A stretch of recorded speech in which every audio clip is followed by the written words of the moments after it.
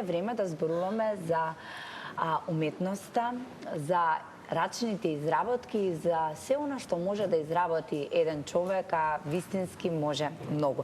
Нашата следна гостинка е Марина Цветковска-Станковска, писател, изработувач на ташни, креативни изработки, огледала на кои рачно цртани и многу други нешта за кои што ќе позборуваме. Добар ден и добре ни дојдовте. Добре ни дојдовте.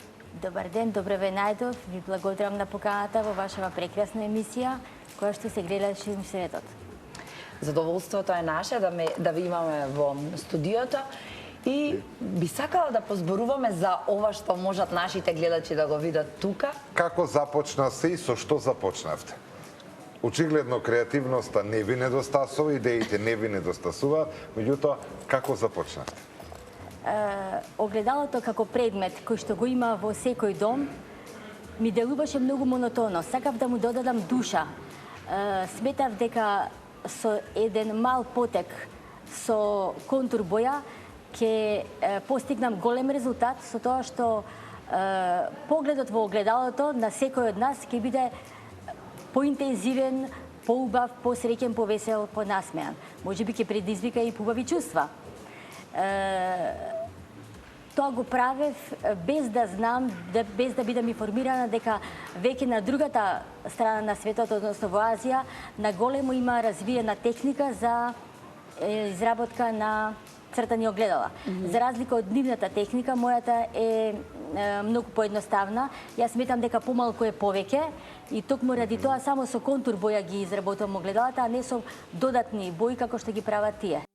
За да се изработи едно вакво уметничко дело, да го кажам, треба време, трпение, треба максимална посветеност, мир и тишина. Бидејќи едно мало мрднување значи дека треба се да се избрише и повторно да почне да се црта, затоа што огледалото не дозволува никаква грешка. Знаете дека се што се гледа во него се дуплира. Токму ради тоа и мора да се внимава. На задниот дел, како што веќе прикажавте, има декларација на македонски и на англиски за одржување на огледалото. Моите први огледала се направени веќе пред 13 и повеќе години. Се уште се исто како што ги гледате овие, се бришат на многу едноставен начин, само со памучна крпа, ништо повеќе од тоа. Мене ми интересира, велите дека техниката треба да е многу прецизно, многу смирено, мир, тишина. Тоа има некаква медитативна состојба, верувам дека целосно се исклучувате кога ги цртате и дали црпите инспирација од негде или работите стриктно некој што ќе ви побара и на нарачка? Работа би под нарачка, но исто така и по инспирација. Значи, во моментот, ако веќе сум надахната со некаква инспирација, јас настојувам тоа што поскоро да го преточам и на огледалото, бидејќи после тоа веќе не е возможно. Огледалото бара прецизност, бара ангажман, бара трпение и она што ќе го замислите во тој момент, најдобро и веднаш да го стварите. И рековме дека креативност не ви недостасува, освен на огледалата, изработувате? Рачно везени ташнички, да. Од каков материјал се извезени? Ги везете, ги плетете, како се Ги везам како што на времето нашите мајки, баби везеле гоблеми и така натаму. Значи материјалот е макраме, конецот се вика макраме, а пластиката се вика канве.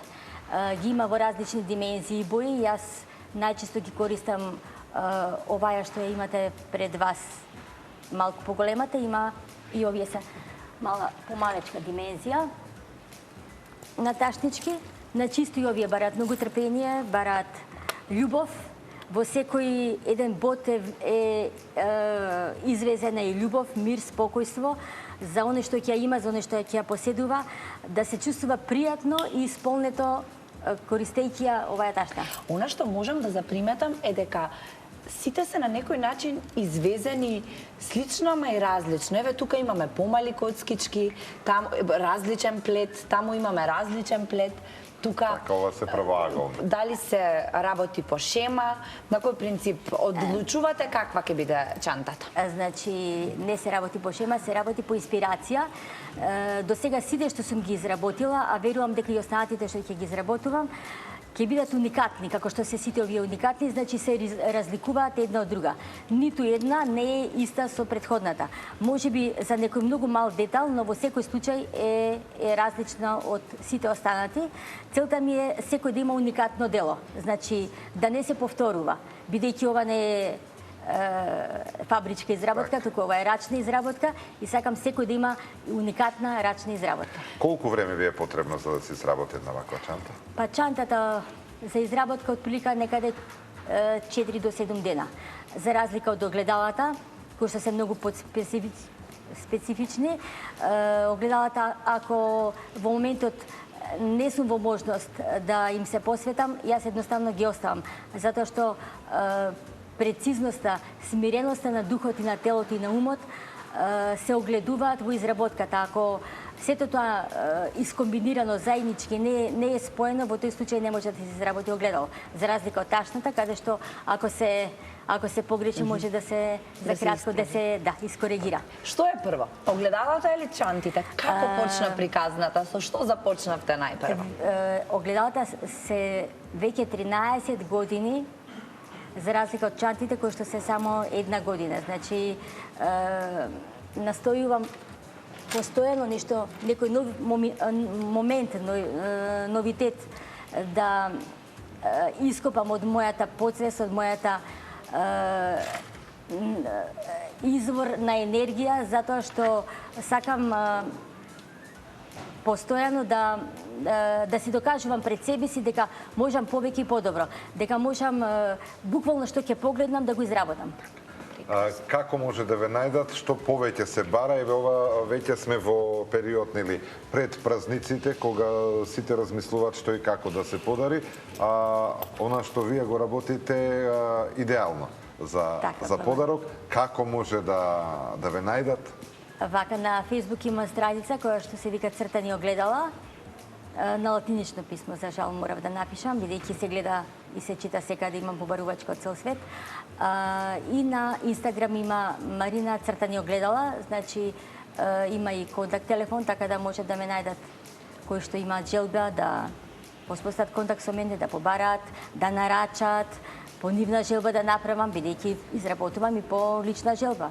Без оглед дали се работи, пример огледалата, дали се работи за фирми, па бараат, нели, лого на фирма или така натаму. Фолклористи имаат од мене неколку огледала веќе, кои што ги дале каде што учествували и така натаму. И освен тоа што рековте дека работите, ги видео гледачите за вашата креативност, вие и пишувате. Сончевина е тоа што го имаме и денеска овде. Така, поезијата е со мене другарка уште од младите детски денови, да не кажам, која што потоа ја стави во мирување, па повторно во периодот на адолесценција продолжив и така натаму. Имам преку 300 песни напишано со музика и со текст, од кој што само една е издадена, затоа што не сакав јас да ги издадам. Беше на Попроквестот далечната, не знам која година. Но последниве 10 години повторно се активирав малку повеќе околу пишаниот збор, благодарение на литературниот клуб Калин во Крива Паланка, каде што сум член, каде што настапувам на многу манифестации и индивидуално и преку литературниот клуб. Имам освојувано многу награди, многу признанија, многу благодарници. Сончевина ми е првенчето мое.